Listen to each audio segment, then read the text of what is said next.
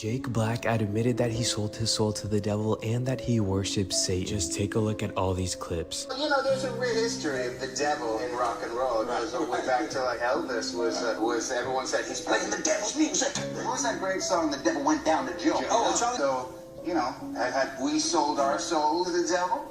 How else can you explain us being here? Giving a rock award tonight. Who wants to pray to the devil with me? Who's in with me? Come on, hey. Let me see those horns. Let me see those horns. Metal, metal, metal, metal. All right. Now take the hand of the person next to you. Come on, Leighton. Dear Dark Lord Satan, hope everything's good with you. I'm doing fine myself. Just want to say hi and ask you to grant tonight's nominees continued success in the music industry.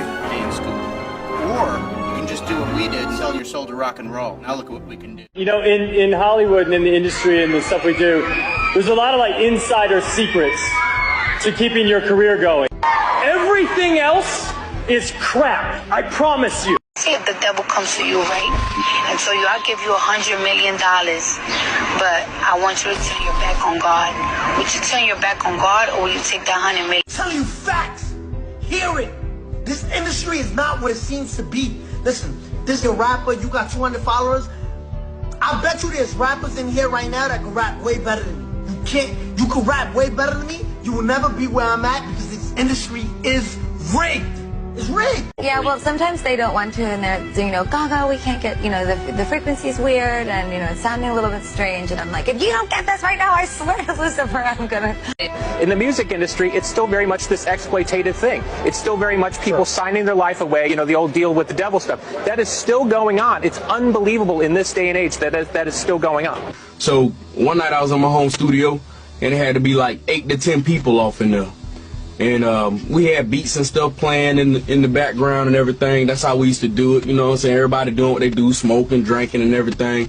And actually, it came down to it that dudes actually started being used by demonic spirits. And these spirits started speaking through them, you know what I'm saying? Devils started speaking through them, talking to me, asking me, you know what I'm saying, if I was going to sell my soul, telling me what I needed to do to take my career to the next level in darkness. I mean, dudes actually came up to me holding wads of money, saying, man, don't you want to make all this money? You stupid bitch. You talking about my beads. Devil worshiping beads. Cool. You hear me? But if you're a Christian, your Bible says you're supposed to love God, your neighbor as yourself, and your enemy. So if you're commanded to love me if I want to serve the devil. Are you a hypocrite? A rapper kicks a female fan in the chest hard at a Polk County nightclub, and controversial video of the incident is blowing up online. Holly Bounds joins us now live from Lakeland outside Rumors nightclub. Holly? Well, good evening to you, Jen. About 400 fans piled in here Friday night to see rapper Kevin Gates, but one who made it to the front row walked away in pain and headed to the hospital. A starstruck fan struck by the star himself. This video of a Lakeland teen getting a forceful kick from rapper Kevin Gates Friday. I believe that I had to become a famous, you know, idea. Yeah. And get all the stuff that people dream about, and accomplish a bunch of things that you know, that look like success. Everything around us that we call life was made up by people that are no smarter than you. And it looks great. I mean, it looks great when you got a cool car and you got nice clothes, and you know, and you've done something that people admire, you know, but it can never fulfill you. You can never be happy. You know what I mean? It's not where happiness comes from. I so badly want to be Catherine Hudson that I don't even want to look like Katy Perry anymore sometimes. Okay. Julian D. King was born in Chicago, Illinois on August 14, 2001. Jennifer Hudson just couldn't hold back the tears. A mayoral proclamation naming this Julian King Day in Chicago. Julian would have been 11 years old today, but in 2008 he was murdered, along with Jennifer Hudson's mother and brother. William Balfour, ex-husband of Jennifer's sister, was convicted of triple homicide. Jennifer and Julia Hudson were there for every moment of the 13-day trial. And today, the superstar entertainer spoke to me about the trial for the first time. Why was it so important for you to be there each and every day? That's very easy to answer. My mother would have been there, so I had to be there every step of the way. Both of us did. Like, she never missed a beat, and to honor them and to do what we were taught to do, what we saw as example growing up, that was the only thing to be done, was to be there. So nothing else mattered. We had to be there. Okay. So now I can tell my side of the story of what happened on October 24th of 2008. We heard a loud bang. The police kicked the back door open. It wasn't no resistance or none of that, because they came in full force and put me right on the ground. We didn't know who it was. It could have been anybody. Well, if you're getting calls about people killed and your face is on television and the police are about to come through your door. Right, that's one option. Well, what would the other option be? It could have been anybody. You understood why you would be a suspect, right? As far as what? As far as the murders. No, I didn't understand. You didn't understand why you would have been considered a suspect? No. For what? Everything that was said in trial about me making threats or anything like that, it was all new to me. All. My whole team wasn't ready for trial. They basically said that they wasn't ready for trial, but we was forced to trial. I mean, they done tested everything, and I was cleared of it. Evidence, the keys, was processed a month later. What police department take evidence off somebody and process it a month later? Keys that they saying that was in a file cabinet, locked up in the sergeant's office. Who is to believe that? What person in their right mind wouldn't just put them in evidence and then check them out when they need them? You did everything else that you took up off of me like that, processed the same day or the next day. I mean, there was a lot of stuff that was done that I just can't remember right off back that was wrong. Mr. Rothschild, how you doing, sir? Can you tell us what went on at the Bilderberg meeting this year? Sorry? Can you tell us what went on at the Bilderberg meeting this year? I didn't get that, actually, no. The Bilderberg? You were there? No. Did you go on that last year? No, I wasn't there last year. I think that was my cousin. Your cousin was there? Yeah. I think so. Okay. You know. Do you have a good Mr. Rothschild? A few additional things. I was definitely talking inside it because I was saying that the Federal Reserve is one of these organizations that, I don't know, it's one of these organizations that a lot of people say is the source of humane trafficking across the world because it's a private thing. That was started by a family. No, it's completely untrue. I was outside earlier. So that isn't true. Sir. No. I mean, good sir. Just one thing, we could go on about how, your family committed all these acts against society, but we just want to let you know the New World Order has no legitimacy. And that we as a people are not afraid, and we are waking up to the robber barons and the big banksters who are looting this economy with the Federal Reserve. Well, we just want to let you know the New World Order has no legitimacy.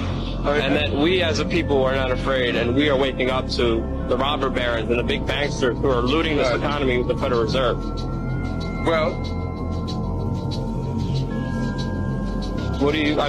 consume each other's blood on occasion for ritual purposes. It is used for a reason, and it is controlled where it's like, let's shed a few drops of blood and each drink it. He's much more haphazard and hectic and chaotic, where he's willing to just cut his chest open with broken glass and be like, take my soul, let me bleed on you. It doesn't not happen, let me tell you. Maybe not exactly like that, but a version of that has happened many times. They just Goes to Mulan has Baphomet tattooed on his neck, and the tattoo on his chest makes Jesus look like a zombie, or it looks like he's just making fun of him. And how come no one is talking about his concert where he did a live ritual at the Grammys? I know everyone loves this dude, but you gotta explain this. About that. What exactly is CERN doing inside of Geneva, Switzerland? If you haven't seen CERN, number one, their logo looks like 666. Number 2, they're using their Hadron Collider to launch portals into the sky. They said they're using this collider to boost particles such as protons, which form all the matter we know. And the last time they used this collider was on July 5th, 2022. And for some reason, they thought this was going to be a good idea to launch during the global energy crisis taking place all throughout Europe. Yet they used nearly $300 million just to launch the collider, $5 billion to build it, and now they're using another $20 billion to build a circular collider. Why do you think that CERN was allowed to launch this portal in the middle of a crisis?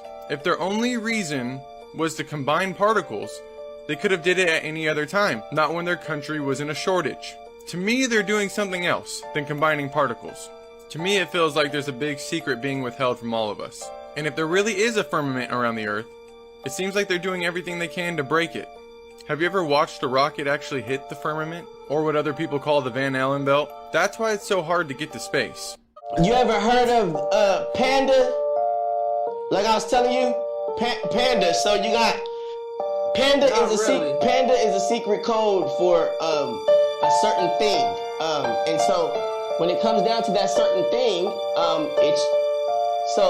what it is you basically have a certain nerve in your rectum, and if you touch that nerve, you can turn a person into an animal. You can turn a person into whatever you want them to be if you just hold them down. So pretty much when you see black eyes like Blueface and shit like that, he got beat up, but he didn't get beat up where you thought he got beat up. He got beat up somewhere else. Okay? And so the eyes come out and they call them panda eyes.